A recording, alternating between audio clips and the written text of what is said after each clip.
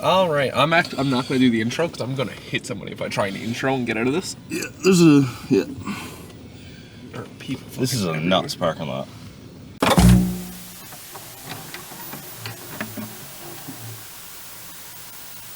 All right, guys, we're back for another episode of Two Powerlifters Getting Coffee. This episode we got Kris Hanrahan himself, the man who got me into powerlifting. How you been, man? Man, I'm doing pretty good. I was sick there a couple weeks ago, so I was in hard shape then, but I'm slowly I hear you gaining my weight back and starting to, get back into training again. I mean, I was torched for a bit. You can't take a left here. Oh, shit. Okay. Weird. This area of town is... Dude, it's St. John's infrastructure for, streets is just awful. Yeah. Can't take a left up here. Yeah. You can't take a left here either. It's weird. I don't know why, because you'll go straight, and then you'll turn the first street and come down. You got to go that way. Yeah. That's weird. It doesn't make any sense. Yeah. But yeah, it's that time of year, man. Everybody's sick. I'm, still recovering myself. Yeah. And it feels like everyone who gets it, it doesn't go away for weeks. Yeah, that's the worst part is, and then, you're doing a set of heavy squats or something, you're coming out of it, you're, hacking up a lung, fighting to, stay alive. You're like, no, I'm good. Yeah. I was sick, a month ago. Yeah, you kind of feel bad training with the boys. Yeah, because you're I don't want to get anyone sick. It's but I can't be, I'm just holding on to the symptoms for this long. Yeah. Yeah, I'm there now with, I got, something going on with my sinuses. And, whenever my sinuses get bad, it's, every, 2 months. So I'm just kind of suffering through that there now. What lift do you find is affected most by congestion? I find my squats. Or if I'm doing, volume bench. Because when I'm, plugged up, there's just no way to get that extra air in me when I'm already on my back. Yeah. Yeah, if I'm laying on your back, everything just gets worse. Yeah, it's it all just starts running back in. To your face, yeah. I find deadlifts the worst. Yeah?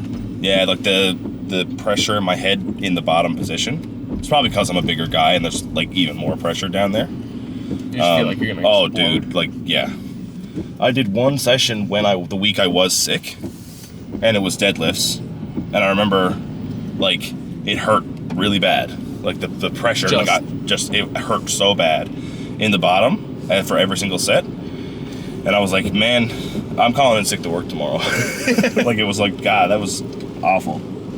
Yeah, it's more than, to be fair, work is more than likely probably where you got sick. Oh, yeah. Yeah.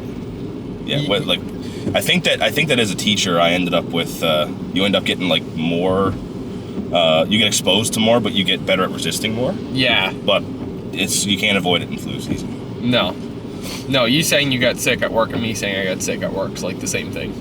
Yeah. Yeah. It's just diseases and germs everywhere. Everywhere. Yeah, where are we going for coffee? Oh, that's your choice, man. Entirely up to you. One of these days, I don't know this area that well. One of these days, I'll have a guest on this show who picks a coffee spot. Yeah, I'm not picky. I think. I'm trying to think now. I'm gonna say Tim's the other side of the gym. Oh yeah. Or McDonald's in that area. Dude, why am I steaming? Stop it. So yeah, how's training aside from being sick been going? Because you're in Nats prep, I'd assume now, right? For a couple weeks there, it was not the best. I actually, my deadlift felt pretty good after being sick. And my bench felt good after being sick too. Which is super, I lost a bit 10 pounds or so. Holy shit. And my bench, for whatever reason, just stayed exactly the same. Felt just as good coming back as what it was when I got sick. Whenever I have big fluctuations in body weight, my squat is the thing that gets hit the hardest. Oh, okay. I don't know, it's probably just because my squat is so leverage dependent, you know what I mean? Yeah, your leverage is completely changed. And I don't have the same pop out of the hole because I don't have as much stomach, you know what I mean? Once again, just a right turn. I hate this city, dude. You can't go straight or left. Next thing you know, I'll end up at fucking Rollins Cross down there, and that's can go left sometimes, but only on a Tuesday. Dude, this shit doesn't make sense. Yeah. Whoever designed this city, and well, that's why. It's because it was just. But you can turn left at the next street anyway. It's just. when they made these streets, they were like, Yeah. horses and shit. But squat's still on the mend, I would say. So I mean, it's going to be a little while coming back, but like the fact that I could squat, 272 last week, and still kind of not be myself is a decent place to be. Yeah, nothing coming. And then bench, I feel really good. I think I'm just always gonna feel good on bench. Yeah, like, bench knock on just wood. looks good. Yeah, knock on wood. It's weird because I spent the first 5 years of my life powerlifting being a poverty bencher. I was a horrible bencher. My first meet, I benched 80 kilos. Really? Yeah. Holy shit. Yeah. So I was always a bad bencher, and then even with moving into the supers, I was still not a good bencher. My best bench in 2020 before we locked down was 140. Oh wow. Yeah. So I don't know what changed, but now I bench 205-ish, 210. Was it when you started sinking more? So when we came back out of lockdown, I had a really competitive training year because I had to do provincials, and then I had to do Easterns a couple months later, and then I had to turn around to nationals in February. So to be able to get to nationals, it was a process, right? Yeah. And around that time, I benched 170-ish. I think I benched 172 at Provs, and I think I benched 175 at Easterns, and then I benched 175 at Nationals. And then I started sinking because of the elbow depth rule, because I benched 182 at Nationals, but missed it on depth. Mm. And then when I started sinking and got really good at it, that's really when I burst into the 200s.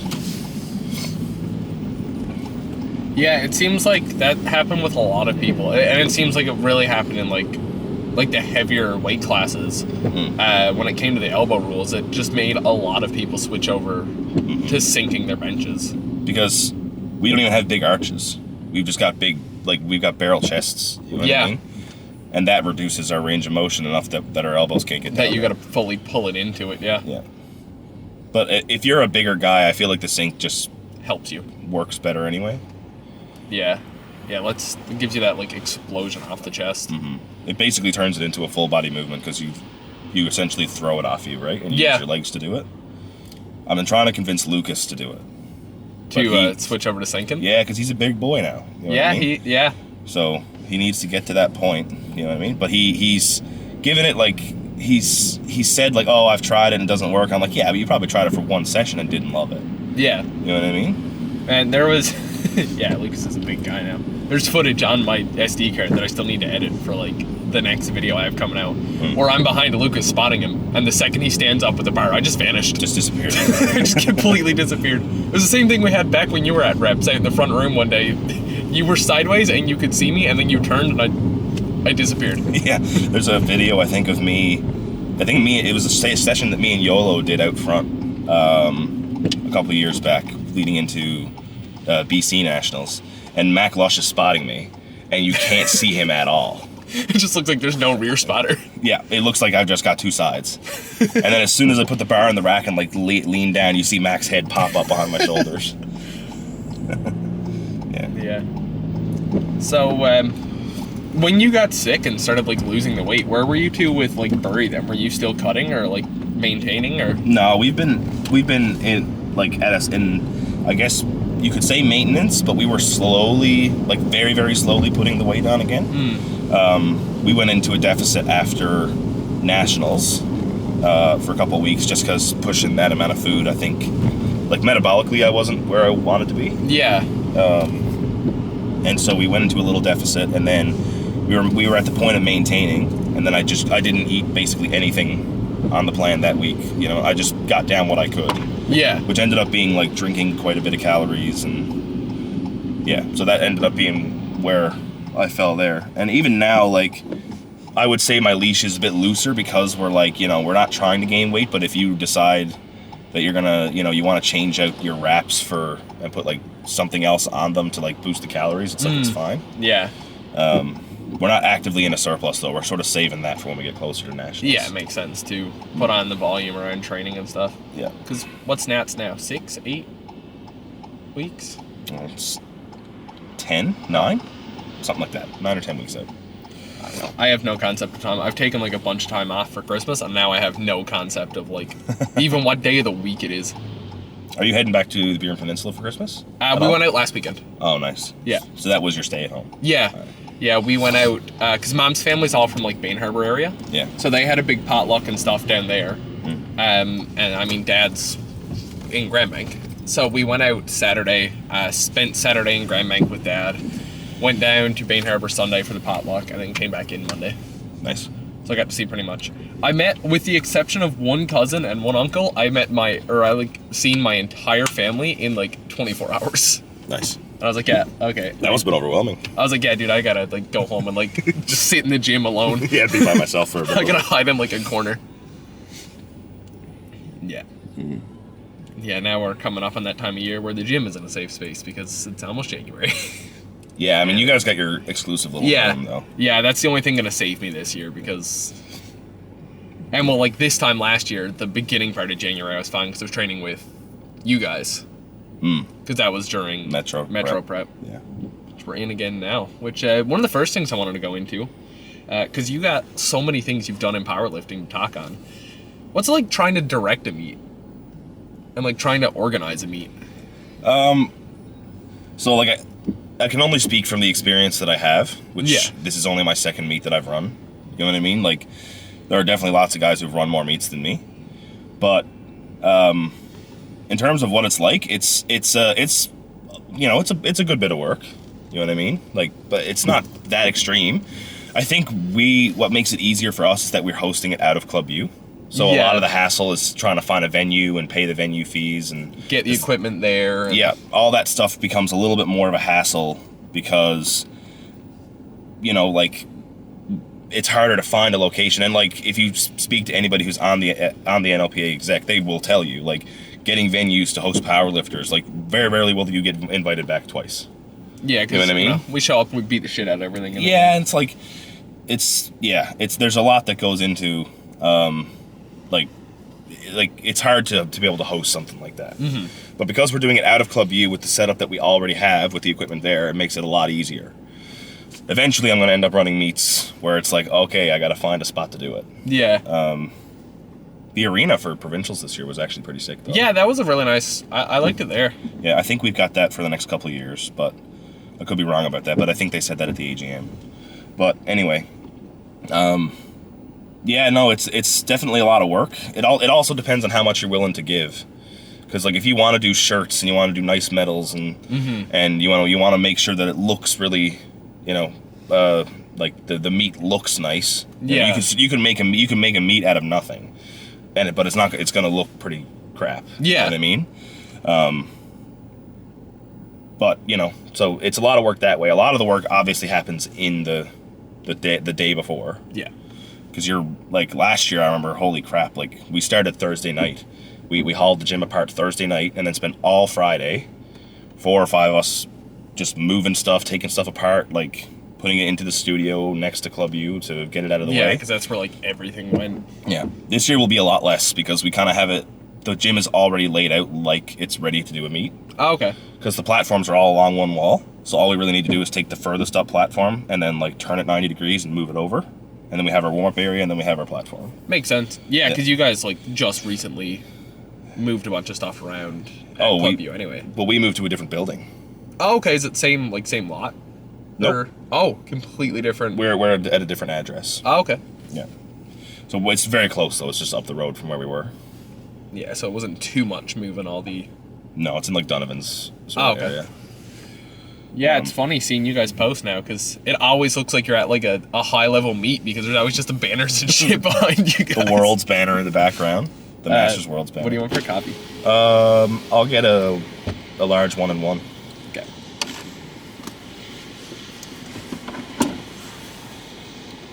Cream and sugar? Or yeah. Milk? Okay. Yeah.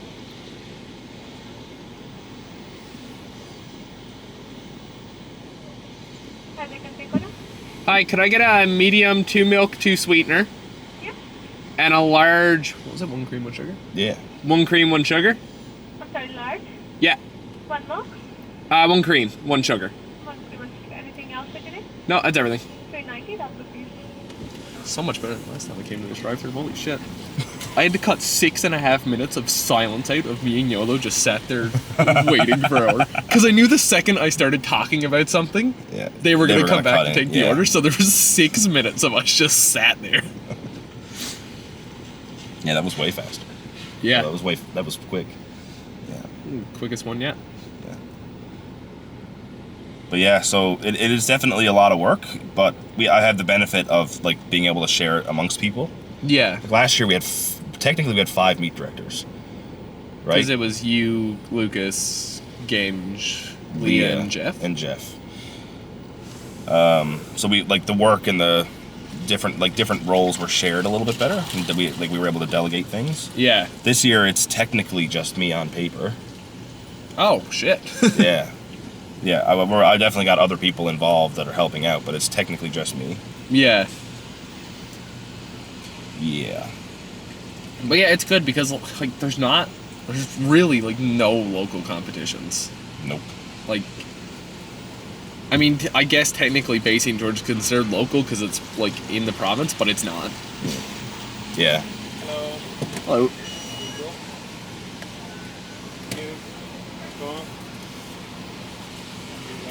Thank you. You too. Neither of us got a sleeve this time. Damn. I heard the YOLO podcast where yeah. he got one and you didn't. Yeah, I'm taking a right here this time because I took a left last time and it took forever. Yeah. You can't take lefts in St. John's. No. But yeah, it's kind of crazy how like little we have for meets. Especially when you compare it to other provinces. Like, we just don't have meet directors. Like, there's not enough people who are willing to put the time and effort into running it, and like a lot of people don't have the access to the gym, to the space. Like the biggest barrier I think is having a location. Yeah. And then from there it's like the NLPA can provide equipment or Jeff can provide equipment. Like I don't know how clear that is to people, right? I don't know how much communication there is about that, but like we have the equipment available. You're not gonna have to pay for it. Yeah. You know what I mean? Like you're not going out and buying like a set of like 9 reds. Yeah, and you don't need, I think, like if there were a piece of advice that I would give people, it's like you don't need to run, like we just want meets. You don't need to run like this awesome, it doesn't where have to everybody gets a bunch of free stuff and sponsors and stuff. Like a lot of it just want a reason to compete. Well, we just need or somewhere that's sanctioned that we can post a total. Yes, we just need more meets. Like we've got us in January, which we're hoping to make a yearly thing, and then we've got provincials in June. There's really nothing in between. And then Bay St. George in the end of the year. And now I know Jeff is, I won't speak too much on it, but I know Jeff is looking at hosting another local meet sometime in the calendar. But like if like the big argument I feel like lately has been to make a meet calendar, but it's like, yeah, but we would only have 3 meets and everyone knows what those 3 meets are. Yeah, everyone knows when the year, or like when the new year hits, everybody pretty much knows the 3 meets. Yeah. So I've thought about running another one in the summer because I'm a teacher, so I'm off in the summer. I have the time to be able to dedicate to running another meet. But it's hard to say what the interest would be because like there's provincials in June and there's Easterns, which is probably September. Yeah, you know what so I mean? it's like how much you don't want to run a meet and have 10 people either. Really, the only other time of year where we could like squat another one would be like March, April area. That's and that's what I think Jeff is looking into. Is trying to do one in the March, April range. Which would make sense because like you said, you got provincials in June, Easterns in September, and then usually Bay St. George in October. Yeah, so like does a July, August meet make sense? Yeah. Not really. You know what I mean? Like anyone who, if you had a reason that you didn't do provincials, you're probably not going to do a local meet after that. Exactly. If you didn't do provincials, it's probably because you have a total 4 Easterns and you're planning on going to Easterns. Yeah. So and like if we had kept nationals in the fall, which we're not, it would have been even more just piled up there. Yeah. So if I were to run one, I would probably consider running another one. But like I also don't want to run one in January and one in April. I'd rather run one in January and one like end of the summer. Yeah, you don't want to be the one running 2 back-to-back meets. Yeah. I guess I never thought about that. I guess that makes sense of why Metro is in like beginning of January though, because I guess you do most of the work while you're off work. Well, that, and it's meant to serve as last chance qualifiers for certain meets. Makes sense, yeah. Like nationals and provincials. Like that's technically meant to serve as a last chance. Yeah, because nationals would be right after, yeah. Last year it was a last chance for regionals. Yeah, and that was a big Easterns. Yeah. So like I don't know if anybody. I think the only person who did that meet who did Easterns was maybe Steph. But I could be wrong about that too. Yeah, I think Evan Steph Keen did it too. Yeah, and did Evan do Easterns? He did, but he was already qualified. Oh, okay. I thought Metro was. He hit the total that he hit at Metro qualified him for nationals, which he went to. Oh, okay. I was gonna say I thought he was trying to qualify for something, but yeah, that makes more sense. Yeah, with seeing as how we're on it, and James also asked it on Instagram. How do you find your job relates to like training? Just because it's a question I ask everybody, but for you more so to coaching. How does it relate? Like, how do you find like the carryover between like being a teacher and being a coach? In terms of like how it impacts my training, yeah, I can't say that it's. Or do you mean like how lessons learned? Yeah. Okay. Well, I'll do both. Like in terms of life stress, like you would like teaching is technically a lower. Like I would argue that it's a lower stress job compared to what like especially the guys that I train with. They all sort of work in like trade industries. Yeah. And so their work hours are much more. Their job is a lot more labor intensive. But I would still argue like teaching is a very like challenging job in the sense that yes, it's less hours. There's a lot that goes into even just like preparing to teach. Yeah. And like marking and you know what I mean? Like setting up like labs. Like I teach a science course this year, so they're setting up labs and stuff like that and getting equipment.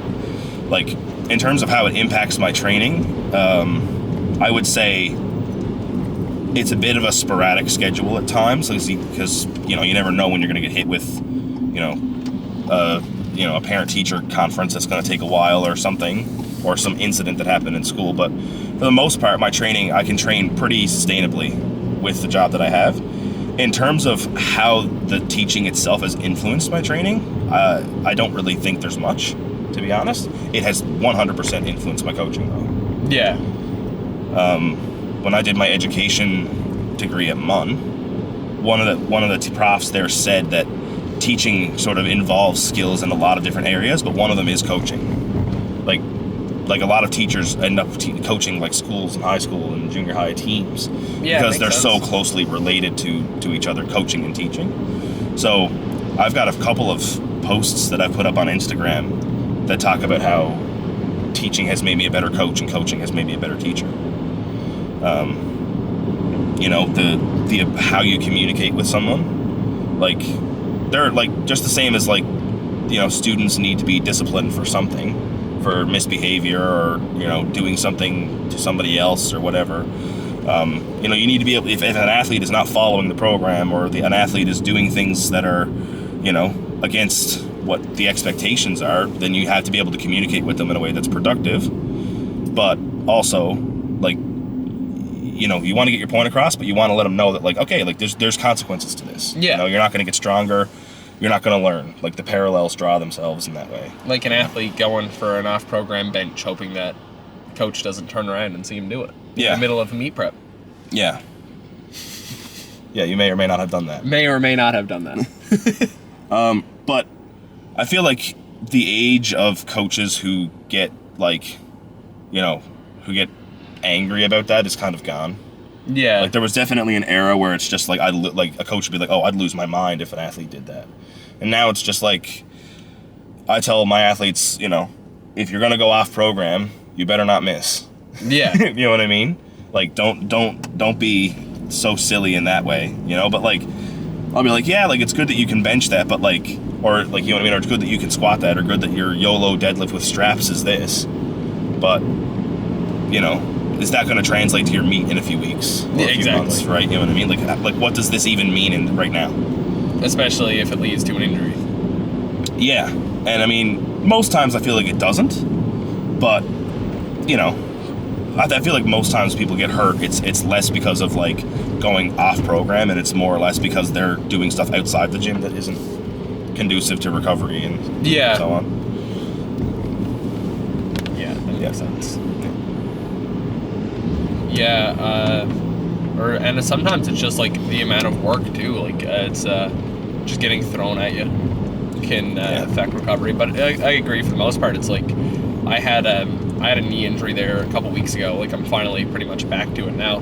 Yeah. But I wouldn't even argue like that was a training thing. I'd argue more that was like everything else going on outside. I just wasn't recovering as well as I should.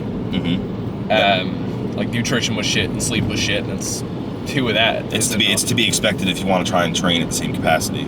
Yeah, you're gonna tear yourself up. Because apparently I'm cursed and cannot get above 102 for weight ever since I lost all the weight. Yeah, I've been like shuffling. Oh, it's been like going on a year now, I guess, because I think I was around 102, 103 when I did Metro last year. Yeah. Because I can remember you and Genj yelling at me to go home and eat. Yeah, I remember. And I remember you, like, a lot of people for the first meet, especially if they're in a weight class, they're a bit stressed out. And I remember you just being like, oh, I'm at this body weight. And I just remember telling you, just like, bro, Eat. Please go home and just, like, eat something with, like, a side of a Big Mary. Like, yeah. Like, you gotta eat up, man. Like, you should, like, it is probably better to be a little bit over your weight class and then, like, have an easy diet or easy cut into it. Not diet, don't want to have diet into a meet, but, like, an easy cut into it. But, if you can't gain the weight and you can't, invest too much more into it, then it is what it is. I could definitely invest more into it. It's, and I think the big thing for me, and I've been saying it now for a while, and I'm finally, like, starting to get over it, but I know that a hard part for me for gaining weight was after just doing like 75 hard and shit. Like sitting there to watch the scale creep back up was like my brain like freaked the fuck out. Yeah. But then I realized my scale's digital and has a kilo option, and I clicked it over in that, and I'm like, okay, that's cool. Yeah. Smaller number. Yeah. Yeah, that's tough because it's like you almost need to train yourself to be okay with the scale going up. Yeah. I'm the same way. Like when I first started working with Jared, we decided to, which was not last year, but it was the end of last year, sorry. We decided to, intentionally lose some body weight because I was having some issues where I was like, I don't know if my health is in the best spot right now. Like I was having some blood pressure things going on, and it's just a function of being too heavy. Mm-hmm. So we decided to diet down and then sort of like gain some weight back, but through whole foods and intentionally, doing it in as healthy a way as we can try to do it. And it's certainly corrected a lot of those health things just to do it that way. But there was a time after the dieting where I was like, oh, okay, I've got to be okay with going back to where I was body weight wise. Yeah. You know what I mean? I've got to be okay with like putting on extra pounds. And with time, you get better at it. Yeah.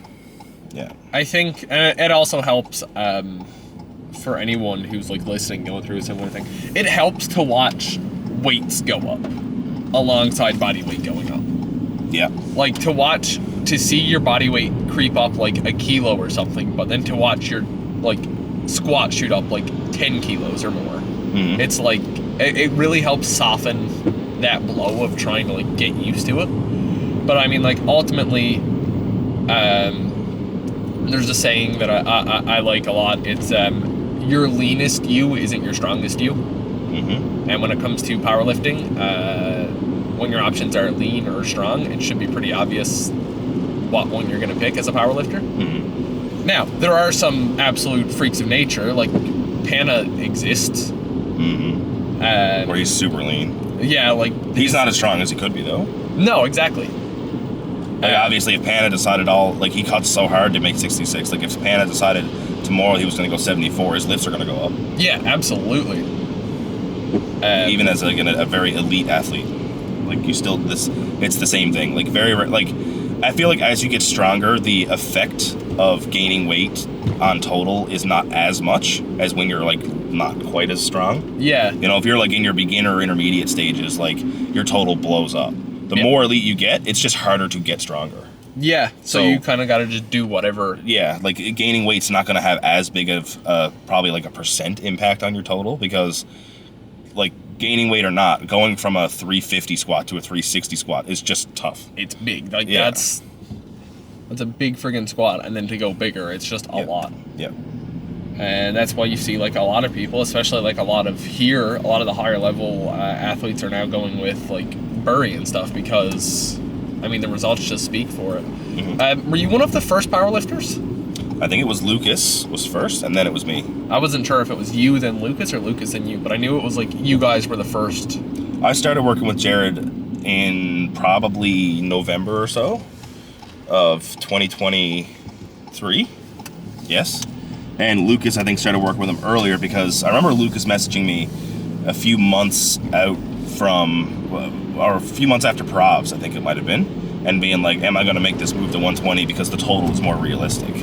And he ended up hiring Jared at that time. So he was like 4-ish, maybe months ahead of me in terms of that. Because I remember messaging him and asking him if he thought it was a good investment. And he was like, yeah, dude, 100%. It's what gets you to that next level. Yeah, and now there's just so many people signed on with Bury now. I don't even know who. Like, I don't even know who. Like, I'll open up Instagram, open up a story, and see Jared tagged in somebody else's story, and I'm just like, oh god, okay, he's got somebody else. Yeah, like going through his repost is, yeah, there's a lot of like the guys from the room. And I mean, yeah, there's just a lot of people after signing on with him. Yeah, and I think it'll continue to grow, because he is very, very good at what he does. Yeah. And I know that's the path that he's interested in. He likes working with athletes, so. Yeah, and it seems like he really enjoys, like, what he's doing. Like, it seems like he's enjoying, like, getting around the powerlifting. Okay. I think it's coming out a lot further. Some people do. Yeah, it seems like he's, like, really enjoying being around the whole powerlifting scene and stuff, because I mean it was like a completely different world for him. He went to nationals too. Yeah. And he's going to Moose Jaw nationals. Oh, is he? And he's just got, as far as I know, he's just got 2 of us. Me and Lucas. I think that's it. Yeah. That's going. I don't remember if Steph signed up after. She didn't. No. Nope. Well, she told me she didn't. Yeah. Wow, that's all that's going? Yep.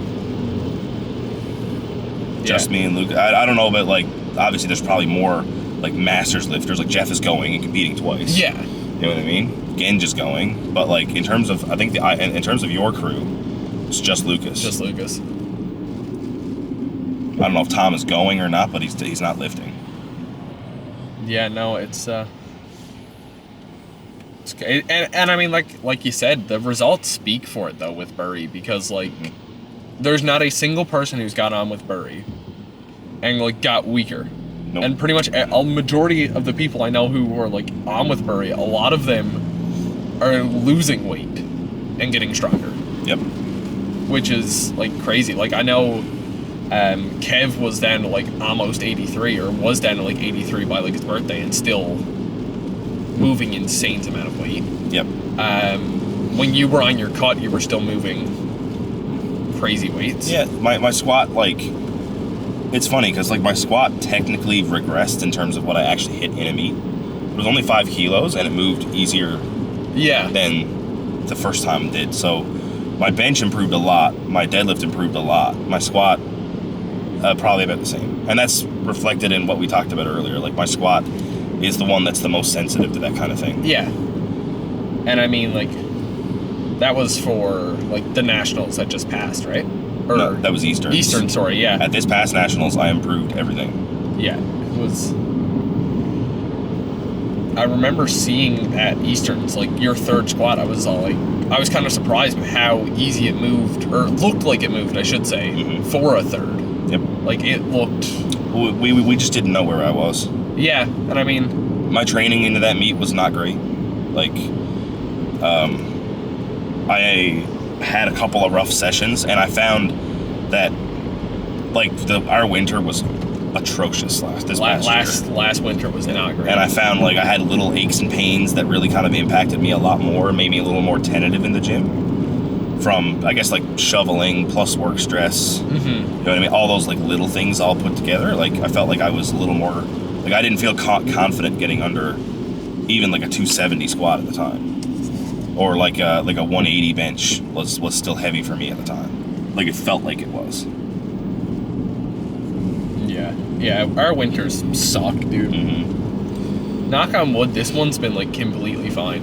Yeah. I think we had snow in the city once. Mm-hmm. It snowed a couple times while I was out home, but like, actually the day I went out home, the RZMP had like on Twitter and Facebook and shit to like stay off the road the other side of Red Harbor. Oh really? Because it was so bad and stuff, and yet we had sunshine the whole way till about Marystown when it started to rain a bit. Oh, So that's not too bad. I was like, I don't know what everybody's talking about, but you could see like there was snow and slush and stuff on the roads. But like, we've had snow here once. Yeah, and it's really been nothing. Like, I mean, the worst of the winters in St. John's start in January. Yeah, It runs from January through the beginning of March, generally. That usually seems- how it goes. Yeah. So, how long have you been powerlifting now? My first meet was in 2016. So it was in November of 2016. So I guess that puts us at 8 years. Holy shit. So now after that first meet, I took a bit of a break from competing. Not really on purpose. It's just like I took a lot of time. I was like navigating, finding a coach. I wasn't really aware of when meets were happening, Mm-hmm. and I don't think I was technically qualified for anything based on my first meet, because I was a sub junior at my first meet. Yeah. So I didn't really think I didn't know of many meets that I could even get into, and like that was about the time that I started at MUN, which was I did a pretty like I would argue I did a pretty work heavy degree. I did a chemistry degree with a math minor, so it's like a lot of. it was a lot of work, yeah, and that's kind of why I'm into meet directing now, is because at the time I didn't have a lot of time to give to meets, you know, like the only thing I could give to meets by the time that I had the time or had, you know, worked on my time management skills enough to do it, I was into coaching and I was handling it every meet. So I've never really had a lot of volunteering experience at competitions because I've always been coaching. So I'm trying to give back now in a way, because for the first 7 years of my career or my time powerlifting, it was just take. Yeah. I mean, I took from the sport and gave nothing back. Yeah. So now it's like give back, because like the thing that, what does the sport need most? Well, it needs meet directors. It's like, well, okay, well, I'm going to sacrifice my time To be that. Yeah. Yeah. It's like, and we talked on that earlier when we said about how few meets we have here. It's really hard to like give that time when there's so few opportunities Mhm. to give it. Okay. And I feel like in Newfoundland, like you are judged on how much you volunteer. Yeah. Like other people are going to judge you based on how much volunteering and how much you give back to the sport. That's just the reality. Like it's always been the case like that. Well, it used to be that you had to, like the NLPA used to claim that I don't know if they do or don't, but they used to claim that you have to volunteer or compete at provincials every year in order to be able to go to nationals. I've never heard of anybody not going to nationals because of that. Yeah. Never. So it's not to say that they don't do it, but it's to say that, in my opinion, I don't think anybody's actually tracking it, but it's the air around it. You know what I mean? That makes it think of like, okay, if you don't volunteer, there's going to be consequences to your progress in the sport. Yeah. And I think that's a bit extreme, but I think everyone should be encouraged to give back in some way. Yeah. We did it last year. We're doing best volunteer prizes to incentivize people to do it, and the NLPA started doing it too. So that's probably the better way to get volunteers involved, is to actually have really good sponsors put stuff together. Reward rather than like threaten. Almost. Yep. And it's like, I'm just glad like living in the city, because like anything else beyond that, it's so hard. Like the West Coast guys, I was talking to James, like he got like such a haul just to compete basically, unless he wants to compete at Bay St. George. Mm-hmm. Or like Clive, when I was talking to Clive at provincials, like they don't have anything in lab.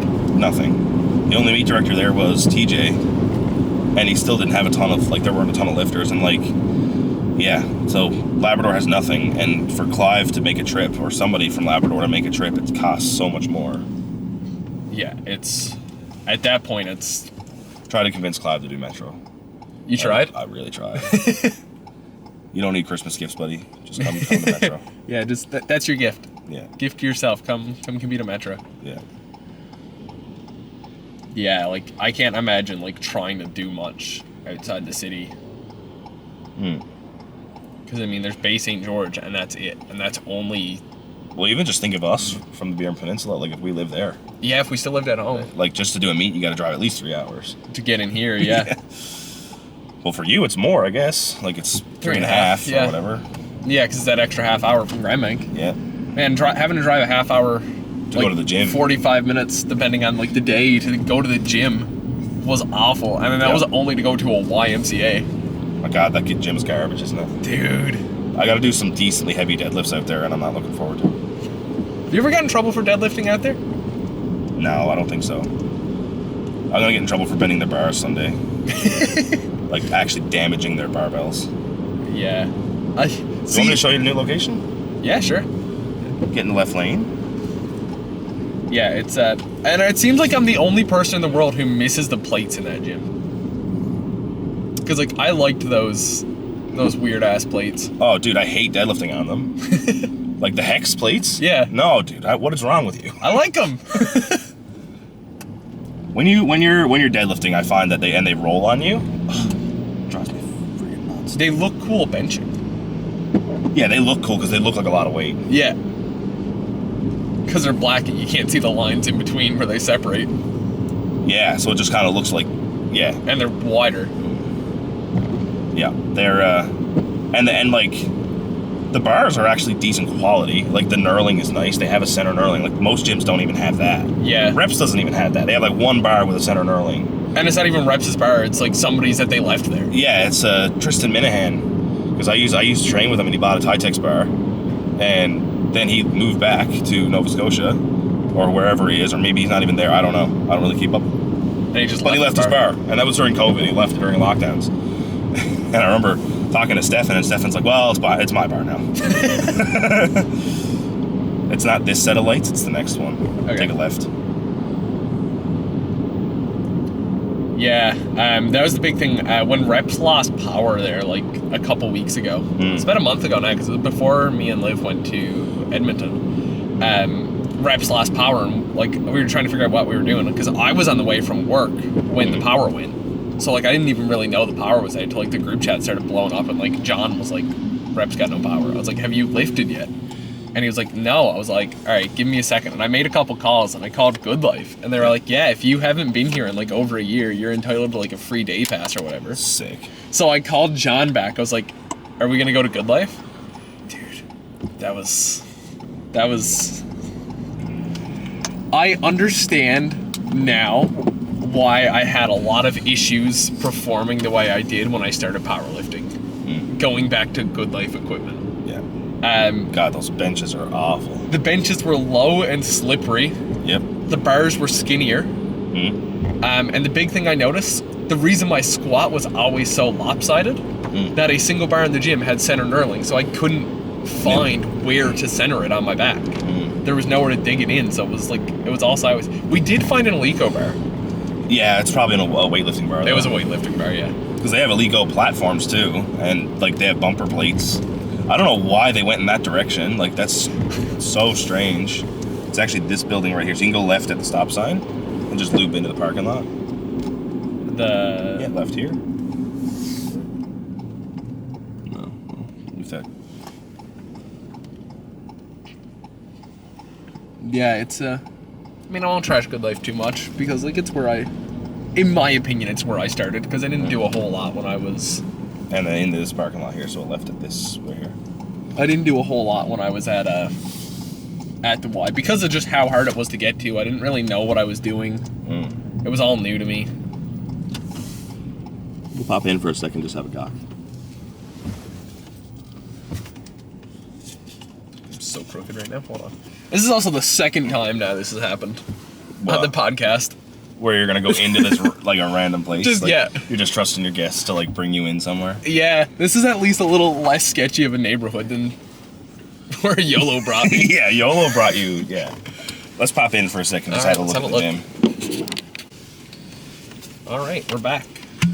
Get a little bit of insider scoop. Yeah, the layout of Metro and everything.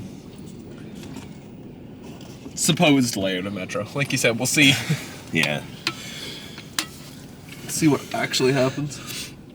Yeah, we'll see. Cause like it's weird because it's like when you put the curtains in, how small do the rooms actually get? Yeah. How small does it make everything? Yeah. I gotta say though, I'm excited for Metro. Last Metro, I was nervous, I was excited. It was like obviously a mix of everything because it was first meet. Yeah. And like now I'm at the point where like I don't even plan on like comparing anything I do at. What are you doing, dude? What the fuck? What the fuck are you doing?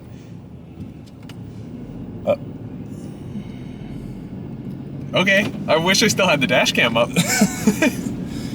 Where do they come from? I don't even know. Yeah, like I don't even plan on like comparing any of my numbers from Metro to Provs. Like me, I'm more so like I'm gonna compare this Metro to last Metro just because I want to see like the year, what I've done in a year. Because I mean, like I took last Metro, my third bench was 105, and I was like overjoyed with having 105. And I remember it moving to so that was the thing about you when we worked together was like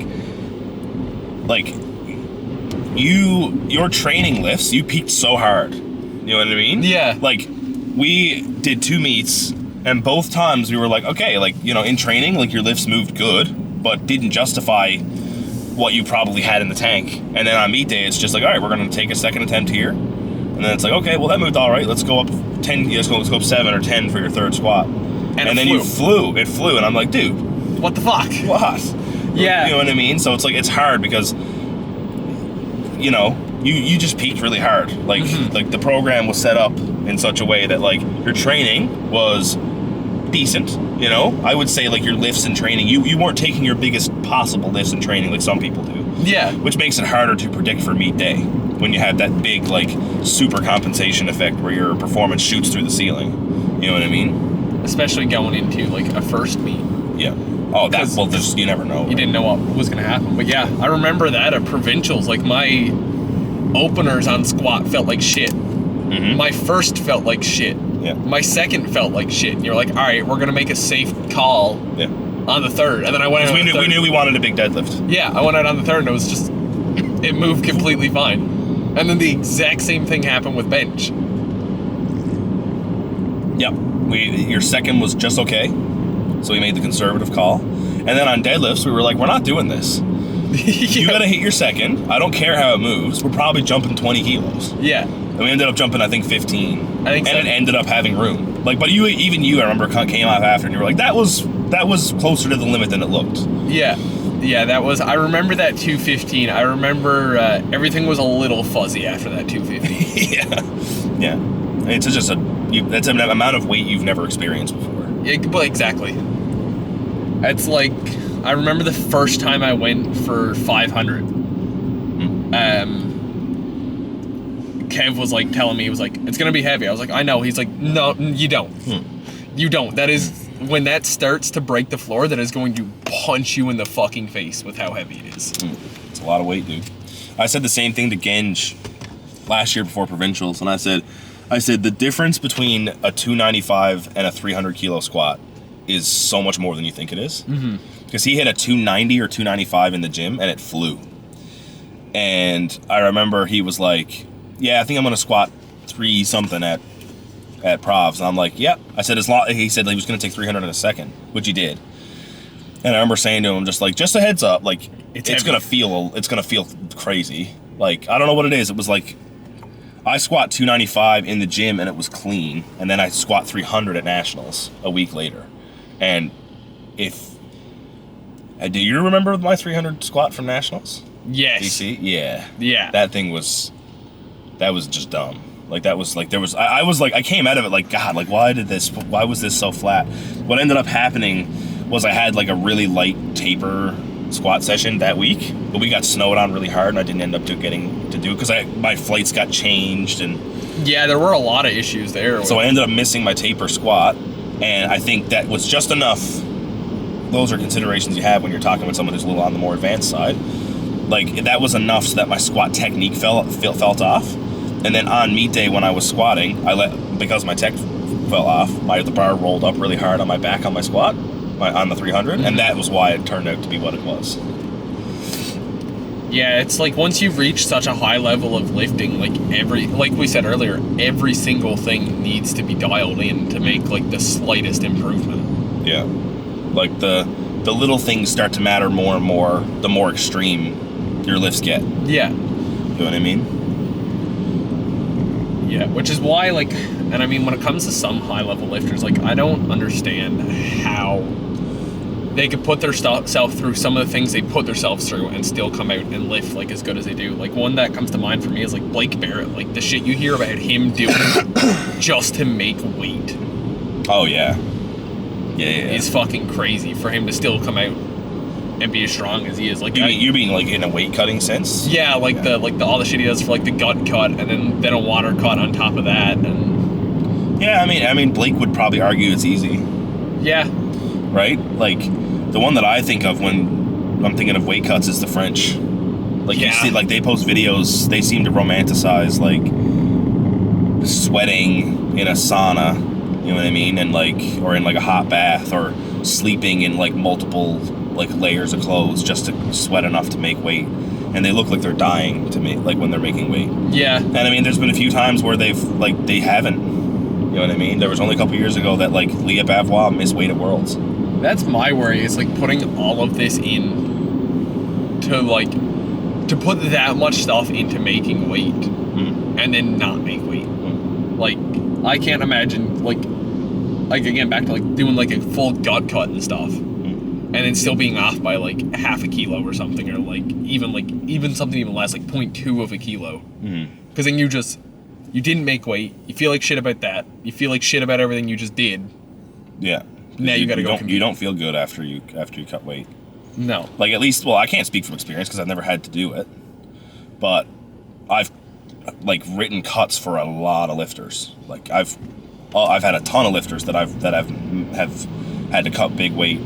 I had a lifter 2 years ago who had to cut a whole weight class in 3 weeks because they found out last minute that they were somebody dropped out of Commonwealths, and she was like, okay, well, I wanted, like, she made it into 3 lifts 63, and she was about 68, 69 kilos at the time. So she was a whole weight class up, and found out 3 weeks out that her reserve spot, she was able to compete.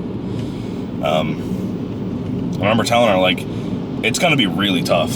Yeah. And it was really hard. And she'll like, if you actually, like, she won't say it, but if you dive into it a little more with her, she'll be like, yeah, it was awful, but that's to be expected too. Yeah, cuts just aren't fun. Yeah. I mean, like, that was... I had a guy cut to 66 who had no business being 66 a couple years ago. It's like, and I mean, I didn't think about it as this, but I did as well, because 75 hard was just a big fucking cut. Yep. And I trained all on that. And I remember towards the end of that, I was all like, if I could walk into the gym and pull like 360, yeah, it's a good day. Yeah. Like, that's how like exhausted I was towards the end of it. Mm-hmm. I remember you doing 75 hard. And I remember your lifts were we're on a downward trend. And I remember me and you talking about, like, what's going on? And you were like, oh, I'm down so much body weight, especially recently. Like, I was like, oh, that makes total sense. You were like, oh, what the fuck? Yeah. Why is this not moving good? I lost 30 pounds. I was like, you were making progress on the training that we had, and the training has been changed very little, but your lifts are going down. And you were like, yeah, I'm down 40 pounds, man. That won't make sense. Yeah, that has something. I don't like the way fucking people take lanes in the city, dude. It stresses me the fuck out.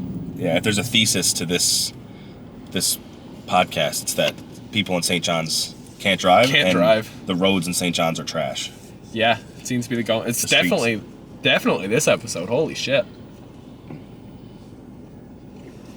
The bad driver on the road for Kev's episode was me. Just wait for the Trev episode. Wait for me to start running lights with Trev in the car. Oh, that'll be hilarious, dude. Yeah. You're driving along and he's in the passenger seat and you just pick up your phone and start texting someone. That'd be hilarious. You're having him on?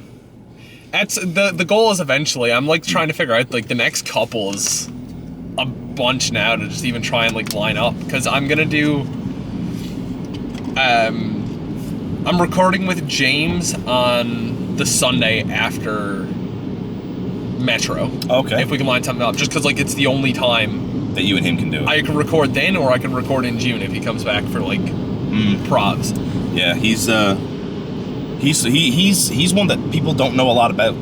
Yeah, exactly. You know what I mean? So he's a good one to talk about. Like he, especially like being like, okay, you're into powerlifting, but you have a very small crew. He's amassed a bit of a crew over there with Chelsea and a couple other people. Yeah. That are in about Kyle and a couple other people over there who are in the powerlifting, but and that's kind of what I want to talk on with him, is like I want to talk about like, West Coast powerlifting. Yeah, what they're like kind of putting together and stuff. Mm-hmm. And do you want to do like are you doing anything with Metro? Like, are you gonna do like best male, best female? And... Yeah, I'd like to get probably the 2 best lifters from Metro. Yeah. And obviously Lucas. Get Lucas on probably coming up on Nats or like after Nats. He's the favorite to win this year for sure. Yeah. It's not in the bag, but he's the favorite to win for sure. And then after that, I'm pretty open after that, so I'll start figuring it out. And I mean, like, at that point, it'll be a little easier to record, but, like, trying to record a car-based podcast in Newfoundland in the winter is a nightmare, because I work a 9 to 5. Yeah. Like, I go to work in the dark, I come home in the dark. Yeah. It's literally Saturday mornings or Sunday mornings are, like, the only time that you can do it. I can record. Yeah. And it just so happens it works out fine. We both train around the same time on a Saturday. Mm-hmm. So it worked out. Like, last time I recorded, I had to, like, squeeze in between sessions. Because I recorded, because YOLO and them had class Saturday morning, so I recorded after they had class, but before I went in. Right. It's been all over the place. You don't do the Saturday class? No, my performance in, like, early in the mornings is dog shit. Yeah. And plus working a 9 to 5, I like to stay in bed that little bit Saturday morning. Like, I'm not in bed till like 12 o'clock, but like... You want to sleep in a little I'd like to be in bed till like 9:30. Right. Makes sense. And like I said, my performance I just find in the morning is... Like, my body gotta like wake up to it. It's good to get you ready for early morning meets. Mm-hmm. But like, honestly, dude, like... I don't find those things matter when the day comes. Because you're that hyped up and... Yeah, and like you got adrenaline. Like you got to like even when I'm writing, peaks for lifters. I got 6 lifters doing Metro. Holy shit. Yeah, so it's like I'm writing like preps, and a lot of them it's my first time working with them. So for a meet. So when I'm writing peaks for lifters, like I obviously do my try to set things up so that they're at their strongest on the day, because that's what peaking is. Mm-hmm. But to some degree, I also say if it's not perfect, they're going to get an effect out of being there on meet day. Exactly. You know what I mean? Like there's an effect to showing up to compete at a meet that is like I'm going to be a little bit more, and like for example, look at Matt. You know what I mean? Matt just did 2 meets at horrible time zone changes. Yeah. Like he did Worlds, we watched him compete at 3 in the morning, 3:30. They did Commonwealths, we watched him compete at 4:30 in the morning. A month later. He didn't change his sleep schedule at all. He couldn't. He works. You know what I mean? Exactly. So but the dude still had super strong performances both times. So it's like, I think those things don't matter as much as people give it credit for. You know? Yeah. Yeah, like if you choose to train at 2 in the afternoon, but you're going to compete at 8 in the morning, it's like it's not gonna matter. I don't think it ultimately makes that much of a difference. No. I think the big difference in time of day for a meet, it only makes a huge difference if you are close on weight. Yeah. And that's like when you want as early away in as you can. Yeah. Yeah. Like I know I didn't have to deal with it because again I was fine. I was a little underweight. I think the closest I've ever come in on weight actually was provs, and Like, like 101 or something. I know, like, for how late that was like a 12 o'clock or 1 o'clock weigh-in. I know people were, like, trying to make weight for that, and it was, like, they were starved. Like, they were so hungry, just trying to, obviously, not eat or eat as little as you can to that point. The late weigh-in hurts the people who are cutting. Yeah. Yeah, so, like, the only cases you might want an earlier weigh-in is because... Of cutting. Yeah. But it doesn't matter. Like, it doesn't matter. It doesn't make that much of a difference. No, like... Honestly, like, if you're using that as a reason why your performance is bad, you just got to get better, man. Yeah. Like, you like don't give yourself the opportunity to make excuses. Exactly. Yeah. So for Metro this year, are there a lot of like new lifters signed up? Because I know Metro last year was a lot of people's first meets. New lifters, there's a few. I think it's less than last year.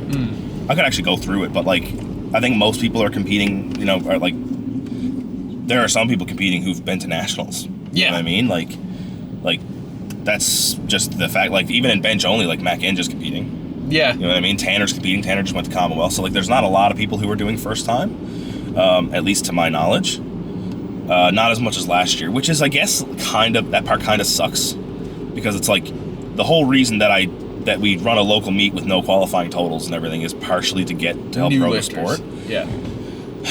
I like, as much as like I really try to push Club U.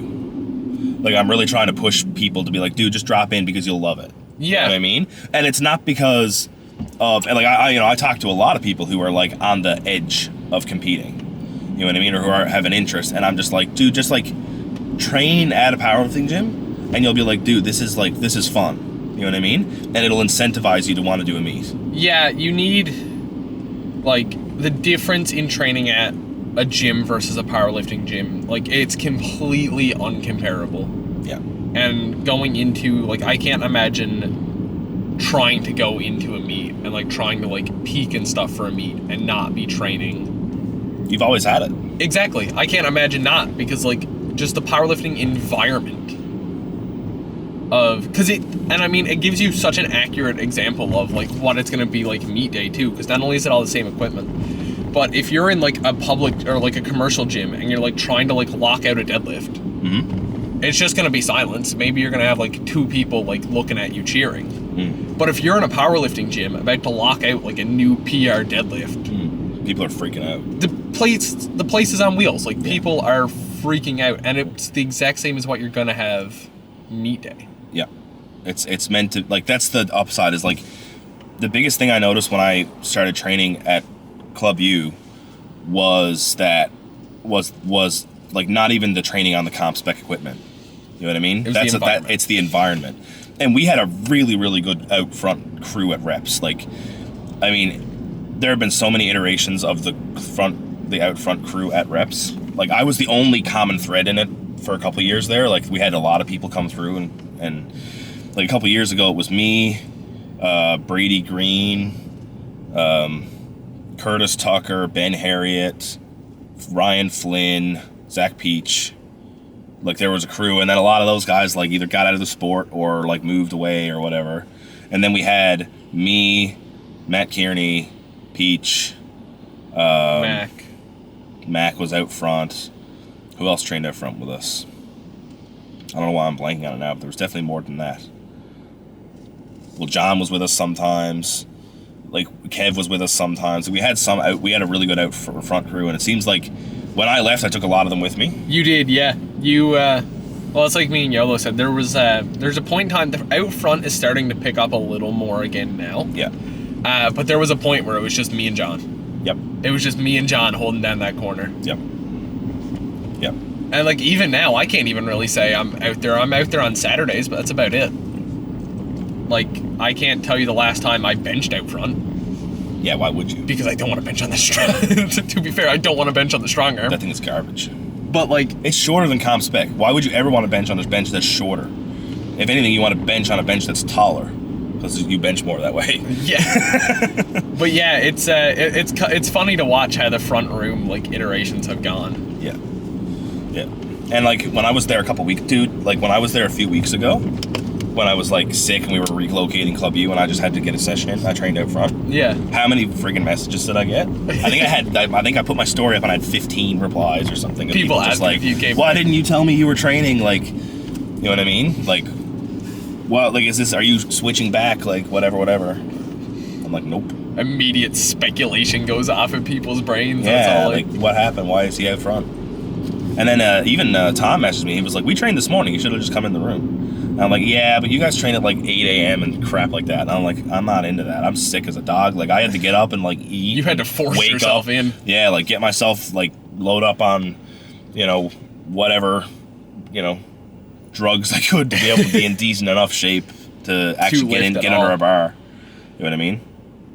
But yeah, it's definitely the training environment makes a huge difference. And like on that of like there being no front end crew, like when I was like for a while at reps there was no front end crew. Yeah. Like while I was still with you, while we were trying to like lead into a meet and stuff, my performance difference of squatting out front alone versus squatting in Club U was like not even comparable. Yeah. What my squats and stuff were like. Dude, they were so good. Like your best training happened at Club U.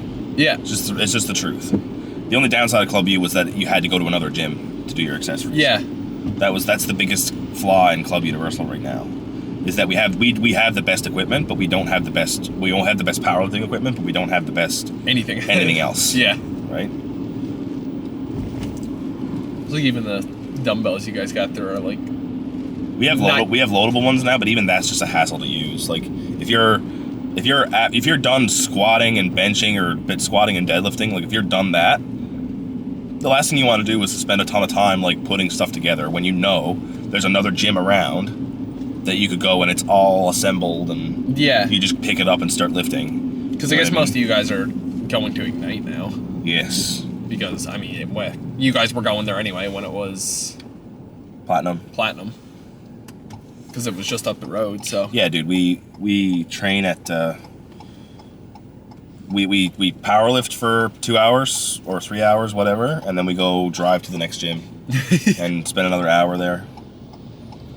Makes for really long sessions, but I mean, we just love it so much, dude. Like, it's not a problem for us, you know? I mean, that's what I find powerlifting training is anyway. Like, once you, like, embrace powerlifting, not just, like, doing, like, the compound movements, you gotta be ready for long sessions. Yeah. Like, if I do a full load of accessories and stuff after, like, say, like, a Wednesday class, like, I'm not walking out of that gym till, like, 8 o'clock at night or later. And I'm looking at my watch, and it's, like, 3.5 hours clocked. Yep. That's how it is, man. Like, you embrace longer you can, like, there are sessions that you can do quick. Like me and Genj had a quick squat session on Wednesday. It still took us 45 minutes. Yeah, quick. You know what I mean? Quick in powerlifting terms is less than an hour. Yeah, I would argue like bench, like if you're just benching, which I don't usually do. Like my bench, all my programming now, my bench follows another lift. But if you're benching, you can get bench done quick if it's not a heavy session. But because like there's just less plates to load. Yeah, but like if you have a top set, you know what I mean? If you're training and you have like a top set, like all of my stuff has some kind of top set, and then you drop back to something else, right? If you have that in your programming, it takes a while just to warm up to some of those weights. Like if I'm warming up to a 275 squat, I've actually started embracing the red jumps, 1, 2, 3, 4, 5. But I still find that like some days you go in and you don't really feel your legs under you. You know what I mean? Yeah, there's times you want a yellow jump. Yeah, sometimes you want like, 1, 2, 3, 205, 230, whatever, 250, whatever, 270. You know what I mean? Like there's just times you want that. Yeah, it's just, like just the way the sessions end up being, because powerlifting's just a long thing. Yeah. I mean, you always make the jokes, powerlifters like such long sessions because we're napping and shit, but like if I'm going from like a heavy ass squat and then have to go up, I'm sitting for a couple minutes. Yeah. Try getting to ask somebody who's not powerlifting, like take something that was like a true RP 8, set, and then do it again, and then do it again with like 3 minutes rest. It's like the second set quality is going to suffer so much. And I think that's part of the reason powerlifting is so beneficial to powerlift with a crew. Yeah. Think he's stealing? Or is he just trying to get He's flipping them off. Oh. I think he did steal. He did steal for sure. Who steals in a high-vis vest? Yeah. Dude, what the... Man, the amount of... I really should have had the dash cam left up for this episode, because holy shit. The amount of footage I would have been able to pull on that. What was I even saying? Oh, training with a crew. I think that's why it's so beneficial to powerlift with, like, a crew of people, because not only are you not, like, in my situation where it's, like, half commercial gym, half private, are you not expecting, like, just random people to save you with 400 pounds on your back? But, like, it's also just the having the rest period in between of lifting with a crew. Like sharing the rack. You gotta wait for 2 other people or 3 other people to do their set. By the time it gets back to you, you're definitely more than ready to get under it again. Yeah. Whereas if I'm training, like, alone, I'm, like, trying to judge times half the time. I'm like, have I been sat around too long? And then you go under and you're like, no, I didn't sit long enough. It's hard to judge when you're training alone. I definitely train faster when I'm alone, though. Yeah, 100%. I completely agree. Like, I like, when I'm warming up squats, I don't usually squat my heavy ones alone anyway. Like, we always have a Saturday crew. Basically, always we have somebody in. I'll load, like, 1 red, take it for a set of 8 or whatever, and then I'll load a 2nd red, and I'll basically get right back under it again. Like, I don't need to take my time.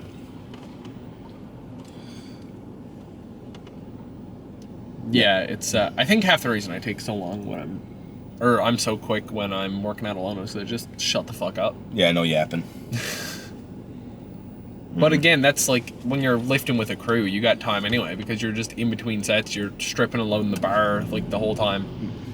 At Club U, we have a thing, and you would have experienced this, where when we're training, we take turns of who's going. So, like, yeah, of different racks and stuff. If, like, we have a cycle going where, Jesus Christ, dude. We needed a dash cam. There's 2 cops. Why are they facing each other? What is this? Oh, we're dealing with it. Oh, I have a dash cam. There's a dash cam in here. I just have to take it down because it's where this camera goes.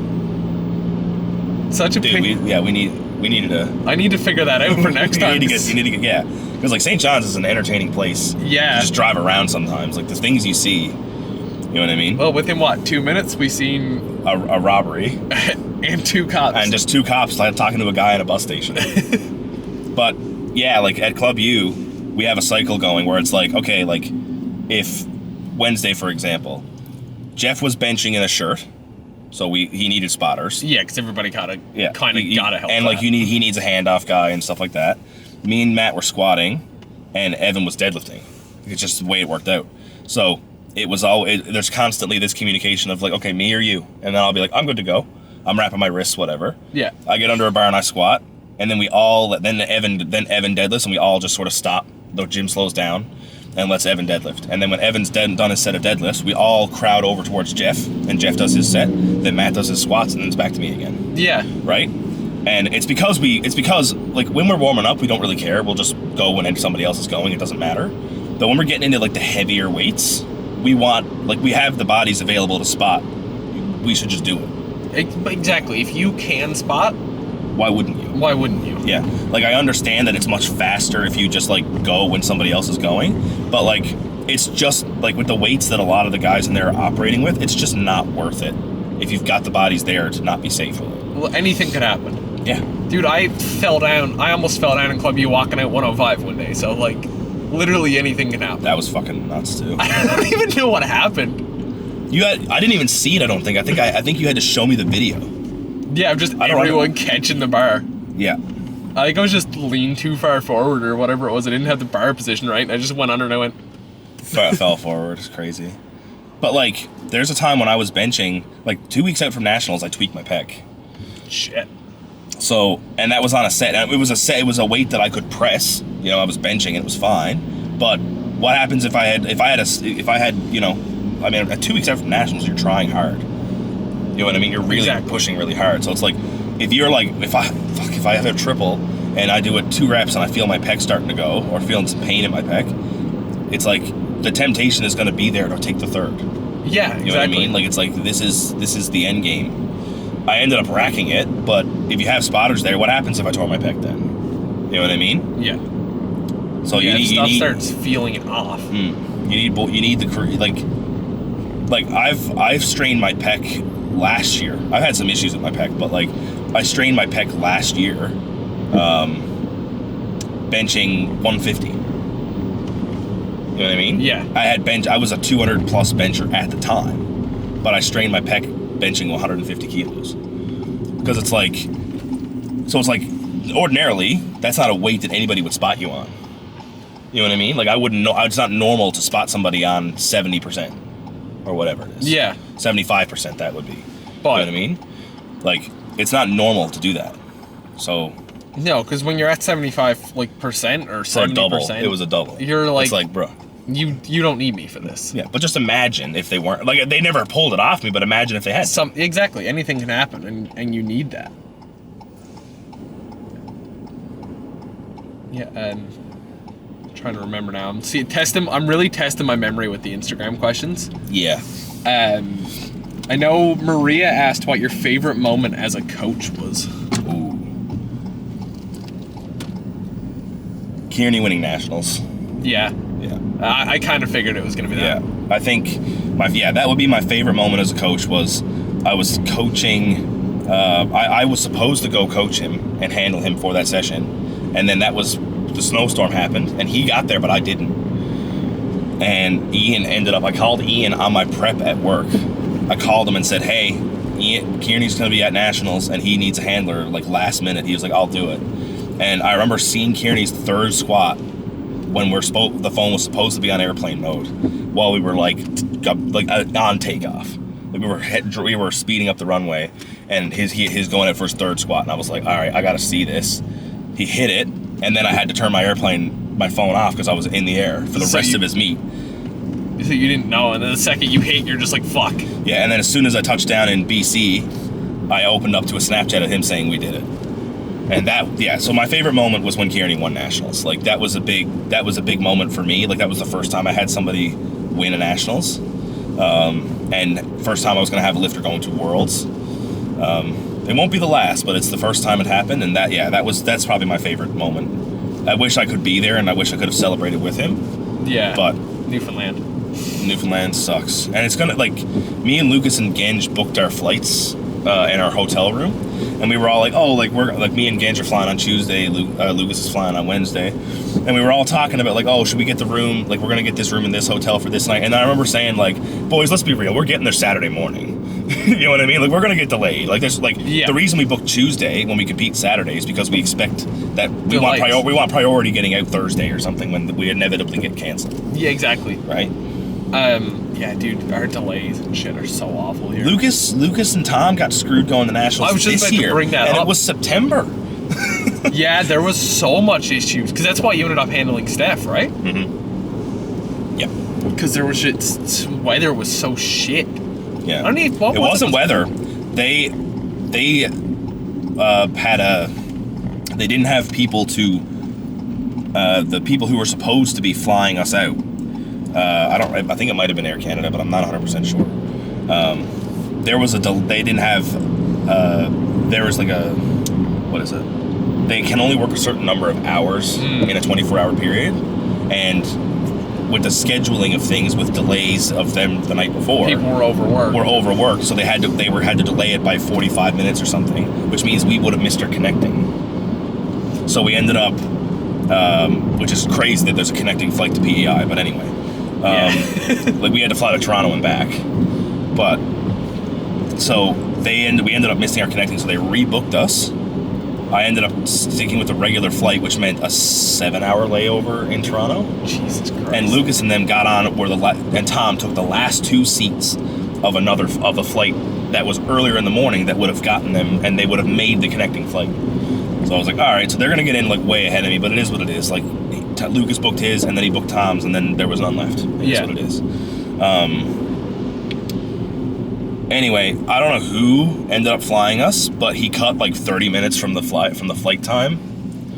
So I ended up making the connecting flight where I was. Yeah, it was like when we flew to Montreal. when we went up to see Zach Bryan, we were like a half hour ahead of schedule. Yeah, like what is going on? Can planes fly faster? I like, guess so. I don't get how planes work. I've always heard like if they have gray hair, you're gonna float.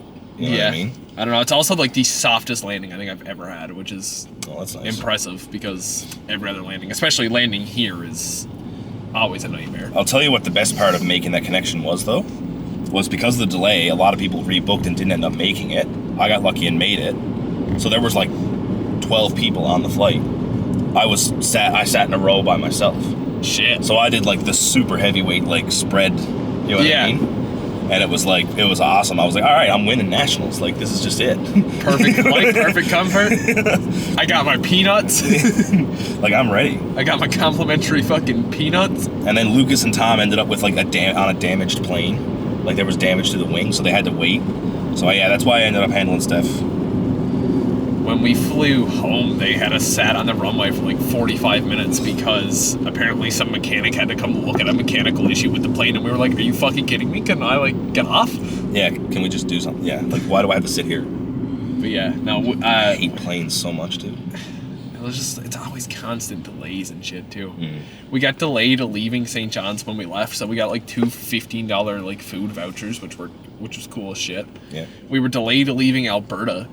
And because of the delay, they made like first drinks or whatever on the flight were free. So here's me and my girlfriend at 9 o'clock in the morning, zero food in our stomach, and they come by and I'm like, yeah, I'll take a Molson. And I'm like halfway through it and I'm like, holy shit, this was a mistake. Yeah. Getting hammered at 9 in the morning. It's funny. Well, she picked wine. Oh. Nothing in her stomach. Yeah. Half a bottle of wine, like airplane wine at like 9 in the morning. That's a choice. We got in the airport and she looked at me and she was like, I need food. Like, I need something to just soak up what's in my stomach. How was that trip anyway? Like, did you have a good time? It was really good. Nice. Yeah. God, downtown Edmonton is a sketchy spot. Holy shit. Oh, yeah? We were in like our hotel, we got a super cheap hotel, and we should have known better buying a super cheap hotel in downtown Edmonton, but it was like so fucking sketchy. I'll tell you another spot that's sketchy that me and Destiny went to last year. California in general is a bit sketch. Yeah? I'm not gonna lie. Really? Yeah. We were in Santa Monica and we were in Hollywood. And I'm trying to remember where the other spot we actually stayed was, but it was a sketchy spot. The nicest place we were, because we were in LA for a little bit, and that was nice. But the nicest place we visited, and actually like we're out walking around in, was Anaheim, because that's where Disney is.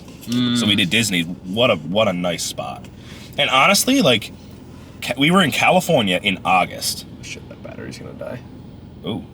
I got extras. We were in California in August, and at night it got cold. Like we woke up cold. It was nuts. Shit. Okay, we're back. All right. I don't think we missed anything. I think you were just talking about How California gets cold at night. Yeah. It's weird. In August, we're not expecting it. Nope. We fully expected like Florida level heat, and Florida's really like a really hot place. But during the day, like California gets warm. And I think the only other question I had, I think I said James' question. If not, we touched on it anyway because it was just asking like how like teaching relates to coaching. Mm-hmm. And Aiden Dubbin asked how does it feel going into competitions and stuff, being on like the lighter side of the super class?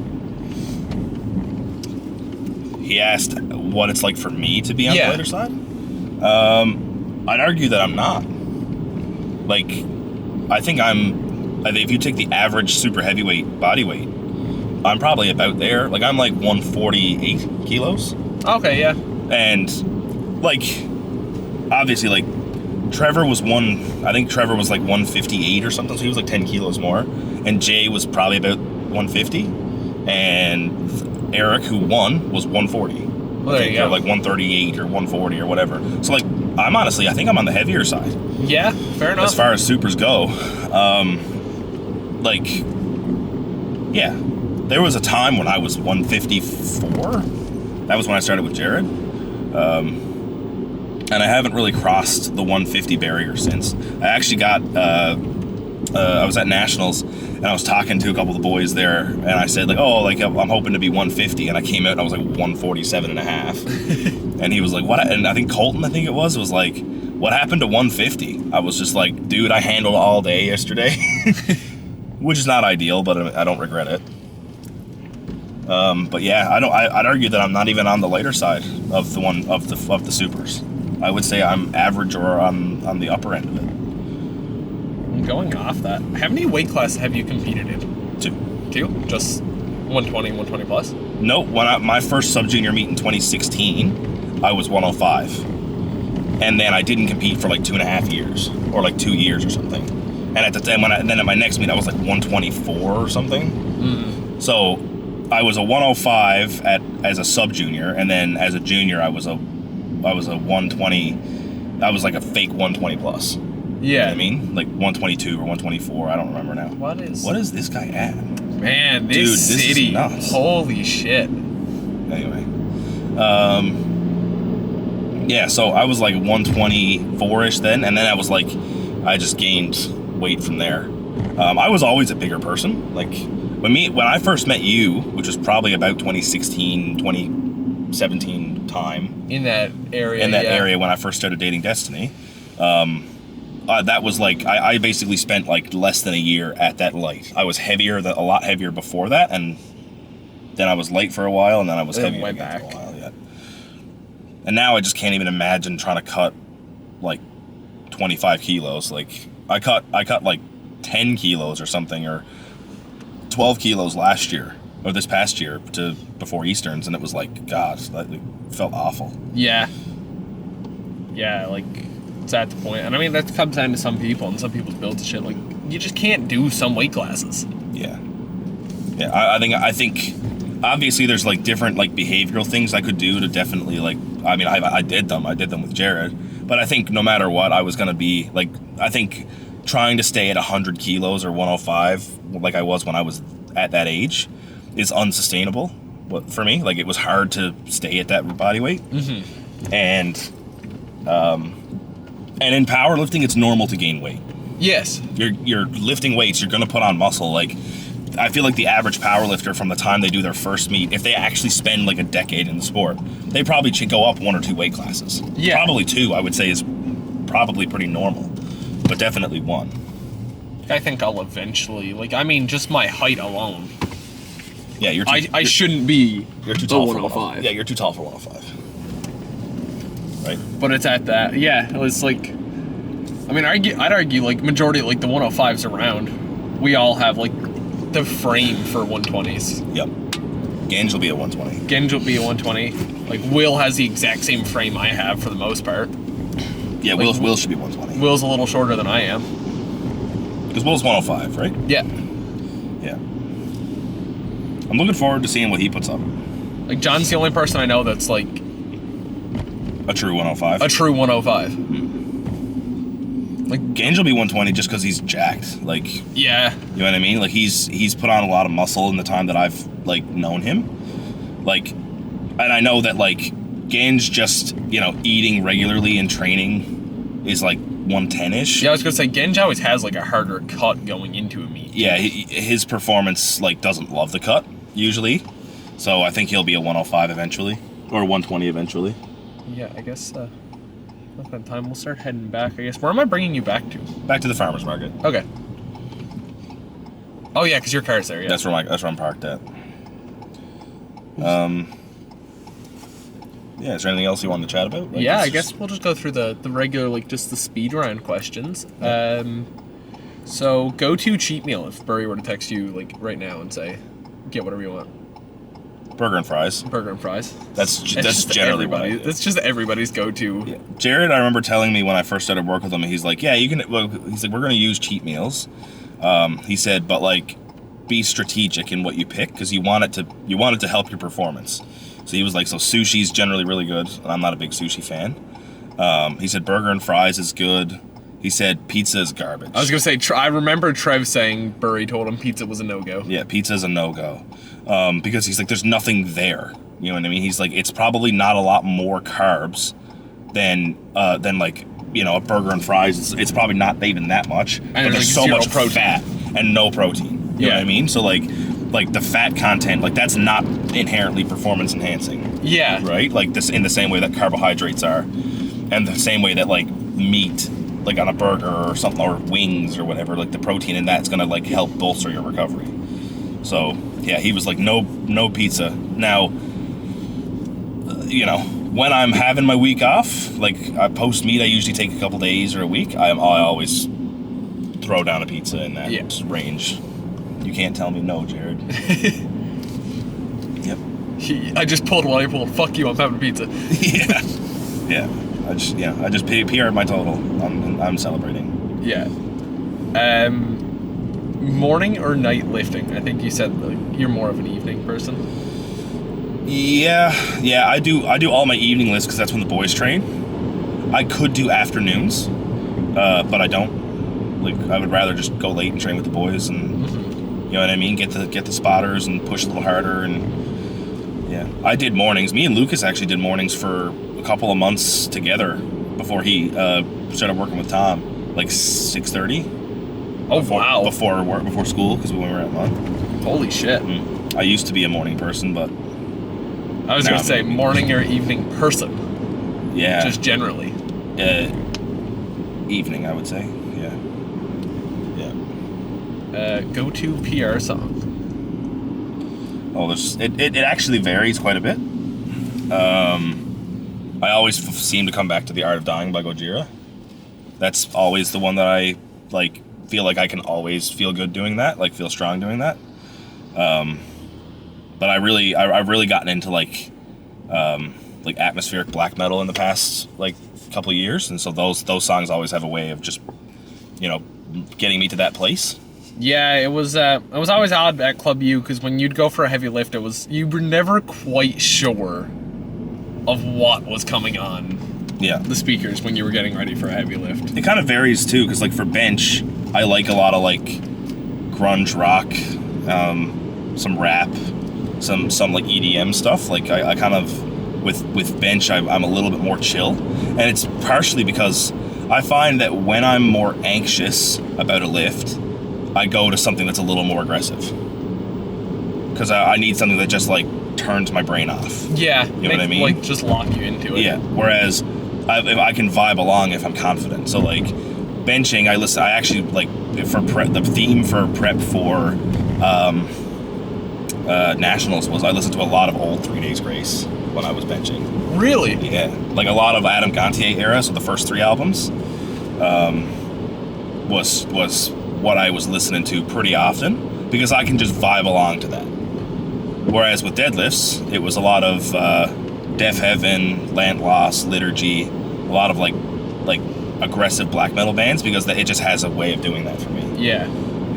Yeah, it's just every now and then you gotta break out the divorced dad rock. Yes, yeah. That always strikes a chord with me, because that's what I listened to growing up. Yeah, I was the same way. I feel like everyone's entry into getting into metal music is the shit their dad had on when they were in the car. Yeah, is the 3 Days Grace type bands. You know what I mean? Like, I'm trying to think of other ones, like 3 Days Grace, probably a little bit of like Seether, Breaking Benjamin, like, you know, like chill metalcore.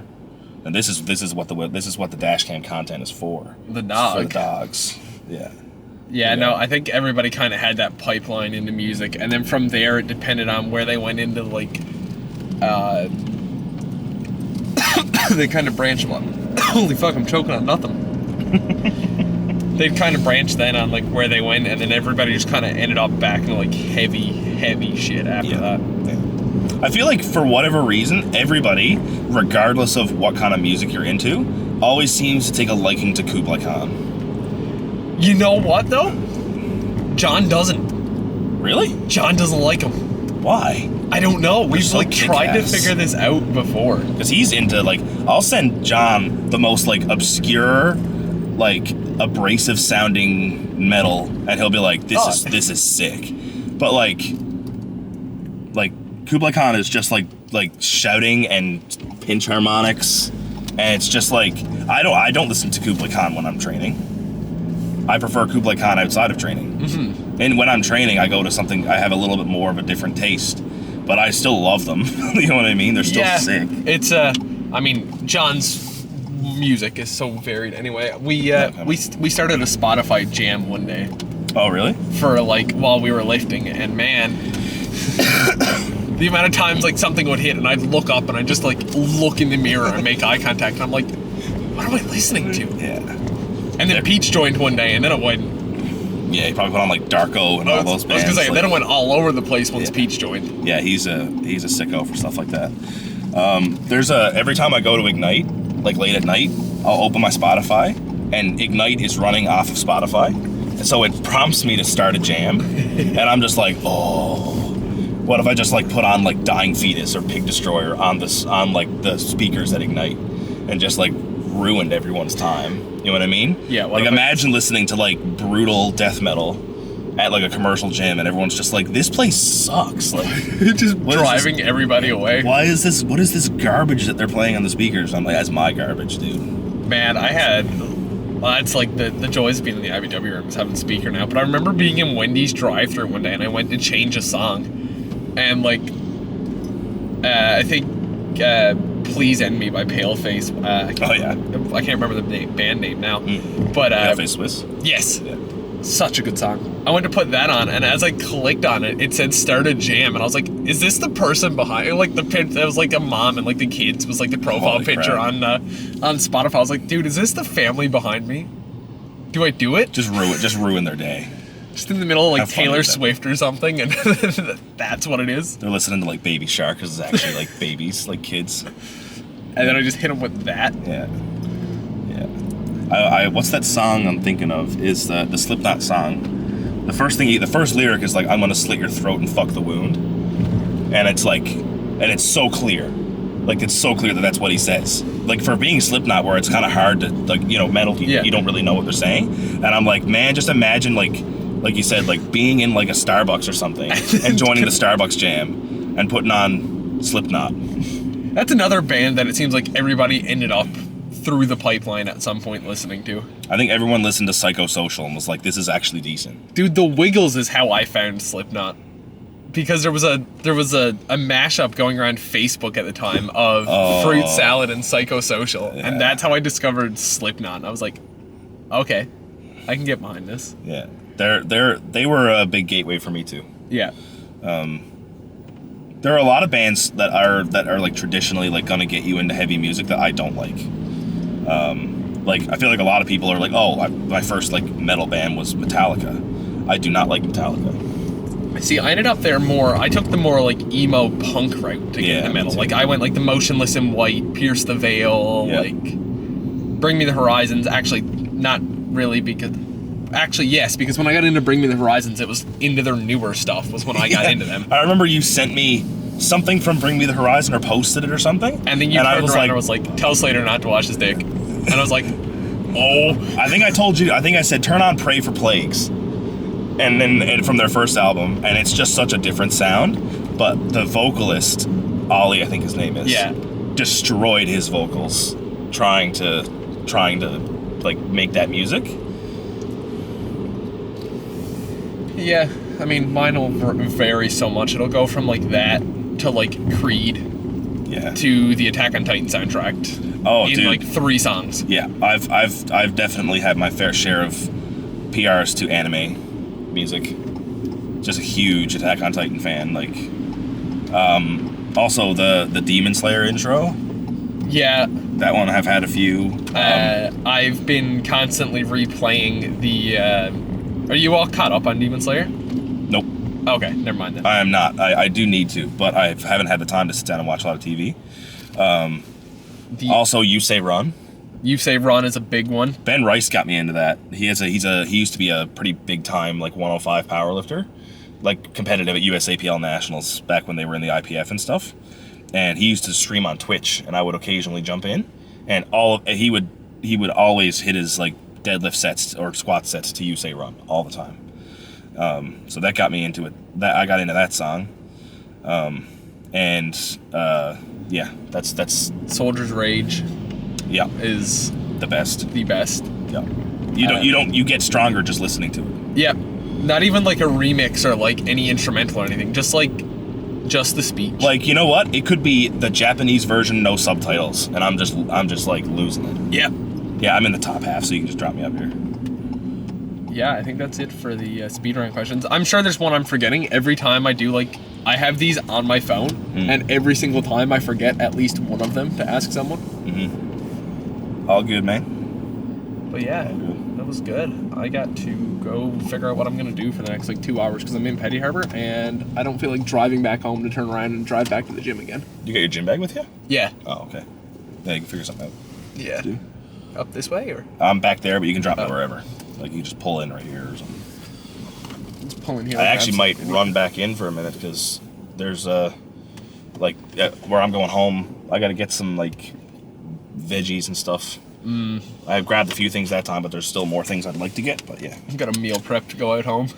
No, it's Mom saying, I need to cook supper. Oh my. Yeah. Anyways. Anyway, it's good seeing you, man. Good chatting, brother. Good chatting. And yeah, we'll chat. Do you plan to drop over to Club U for any sessions, or like to try the bench or anything, or are you just gonna run it at I was gonna have a straight go, but now after feeling that bench, I feel like you want the I want to bench on that bench ahead of time just to see what it's gonna be like. Yeah. Yeah, man, if you ever want to drop over, just message one of us. I don't know where, because everything is run on an app now, so I don't really know what the new, how she's doing day passes, but I know that we had a pretty good conversation about what we think we should charge for the day passes, and ended up figuring that out. But anyway. Yeah, definitely. I'll shoot you a message. All right, brother. All right, have a good one, man. Catch you later. Good training today.